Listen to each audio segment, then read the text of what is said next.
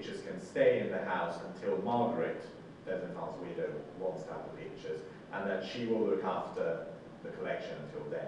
And so Margaret, as the third founder in a way, is the one that eventually leaves the collection to the college, and she's the one that overlooks the building of the Soane site, building that we see. And so the mausoleum is then copied. The one near the house is eventually demolished. The house is demolished, it doesn't exist anymore. But another mausoleum is built there, Bourgeois is buried there, Desmonfant's body is moved there, and so Dulwich becomes the centre of this collection.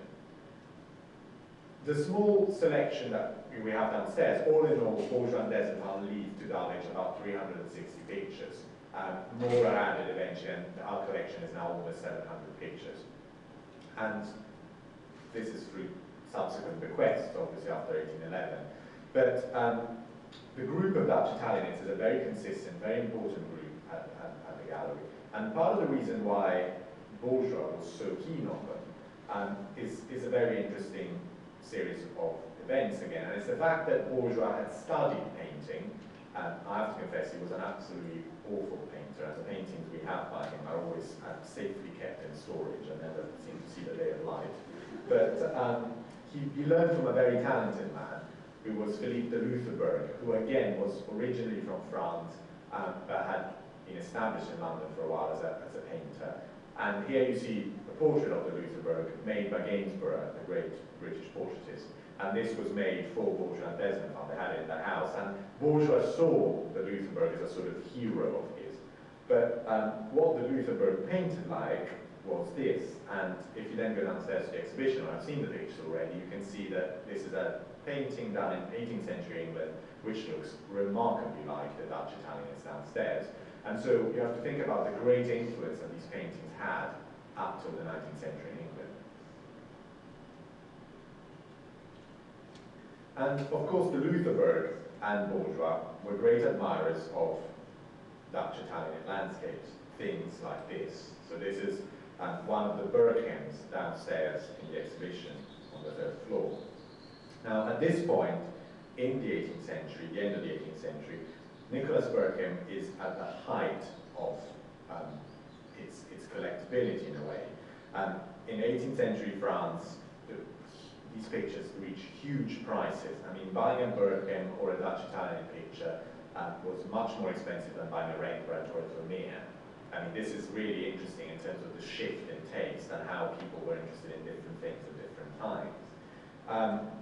And of course, because in the 18th century Berghem was so popular in France, Berghem suddenly becomes very popular in England at the end of the 18th century, because all these pictures from France are coming to England. And so in fact, if you look at the catalogue for the exhibition, most of the pictures, the Dutch Italianates in the exhibition that we know, where we know the previous history, they all tend to come from French collections.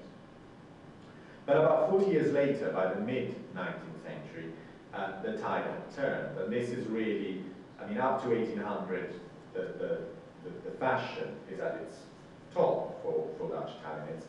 By the 1830s, 1840s, it's all going downhill. And it's interesting that another English landscape artist, John Constable, one of the most famous English landscape painters, was very critical of the Dutch Italianates. And why was this? I mean, this is mainly to do with the fact that the Dutch Italianates, as the name suggests, are a mixture between two different things. I mean, they're Dutch artists from Holland, but they're painting in an Italian-like style. It's not Italian, it's Italianate. It's like Italy. As we'll see, most of them have spent long periods of time in Italy. But they really were trying to mix the two things. And for someone like Constable, this is not good. I mean, Constable is a great admirer of Dutch landscapes, Dutch art. The great landscape artists from Holland are people like Hobbema and from Ruysdael, great Dutch portraitists like Rembrandt.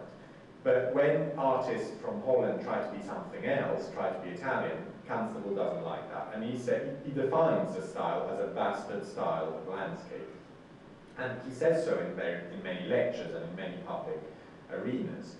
It's interesting that John Constable was one of the heads of the Royal Academy by this point, and the Royal Academy had a tradition of borrowing a certain amount of pictures, about 10, 15 pictures every year, from Dulwich, so that they could have them in their school for young artists to copy.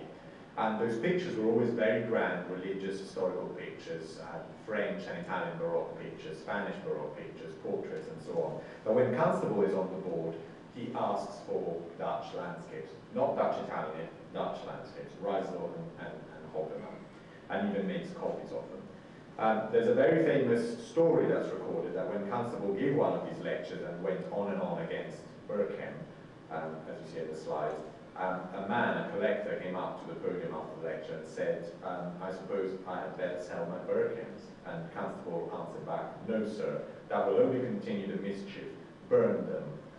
Of course, hopefully the collector didn't burn them, we don't know, but there's still a very large quantity of pictures like this in England. And if you look at this Berkhem, you really get a sense of this idea of Dutch Italianate. I mean, this is an everyday scene from the countryside, but the landscape, the mountainous landscapes, the hills, the sunny sky are obviously Italian. They're not, if you know the Dutch landscape, it's very, very flat. I mean, most of the land is reclaimed from the sea, it's sandy, there are no hills, no mountains. So of course, when you start seeing mountains and very bright light in Dutch paintings, there is obviously this Italian link. You also see the very grand fountain, the classical built fountain with probably what must have been a Roman bust at its top, which is then used again for everyday things. So there's a cow drinking, there's a woman washing laundry in that fountain, and then you see the big block of rock, of building masonry at the front. And again, it's this whole idea of ruins and this poetic idea of this empire that's long gone, and how Rome is the ultimate example of how everything ends and how even great empires eventually crumble. Berkhem's idea that you see in this picture is then promoted through other artists that we'll see downstairs in the exhibition. And for example, William Romain, who is a very little known Dutch artist, but again has these wonderful pictures with these sort of picturesque Italian backdrops, and then this sort of low-light scene. So going back to the first picture, you see the woman in the foreground milking a goat, and there she is again in a different version. So again, sort of everyday life, you get sheep, goats, the donkey, this kind of, again, Italian landscape. And the pendant, the pair to this picture, again downstairs in the exhibition, has a very similar scene with a fountain on the left with various animals drinking from it, cows, sheep, donkeys, and again the ruins of Rome. And this is probably not a specific site in Rome, but you have a church, possibly a medieval Renaissance church, you have a triumphal arch, probably the leftovers from a Roman building, and in this kind of very sort of run-down background. Think about the fact that at this point in the 17th century, the Roman forum is known in Italian as the cow's pasture, and that's what it's used as. Cows are brought there to graze amidst the ruins. It's an area outside Rome. One of the amazing things that happens to Rome is that it's the largest city in the empire in ancient Roman times, and with the Middle Ages, with the fall of the Roman Empire, it shrinks drastically. And by the 15th, 16th, 17th century, the population of Rome is something like 200,000, 300,000 people. I mean, it's a very small town. Cities like Paris and Naples are much larger than Rome at this point.